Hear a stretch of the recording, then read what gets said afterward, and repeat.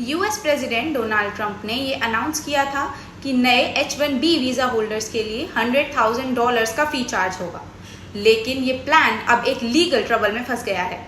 US में एक alliance of unions, employers and religious groups ने मिलकर ट्रंप के इस $100,000 फी रूल को चैलेंज किया है। ये लॉ सूट सैन फ्रांसिस्को के फेडरल कोर्ट में फाइल हुआ है।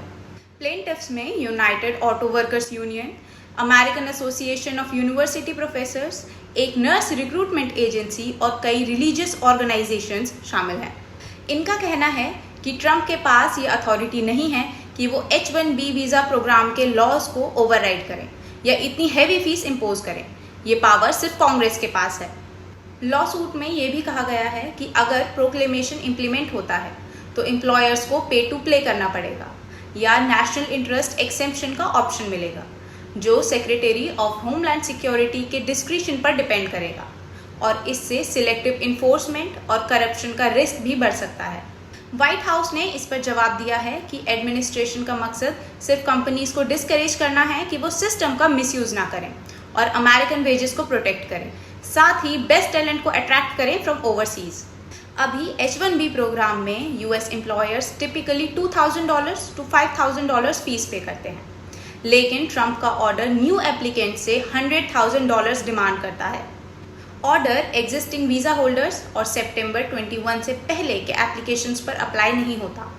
ट्रंप का कहना है कि लो वेज वर्कर्स की high scale replacement American workers के लिए एक थ्रेट है और नेशनल सिक्योरिटी और इकोनॉमी को भी इम्पैक्ट कर रहा है। इंडिया H-1B वीज़ा का सबसे बड़ा बेनिफिशियरी है।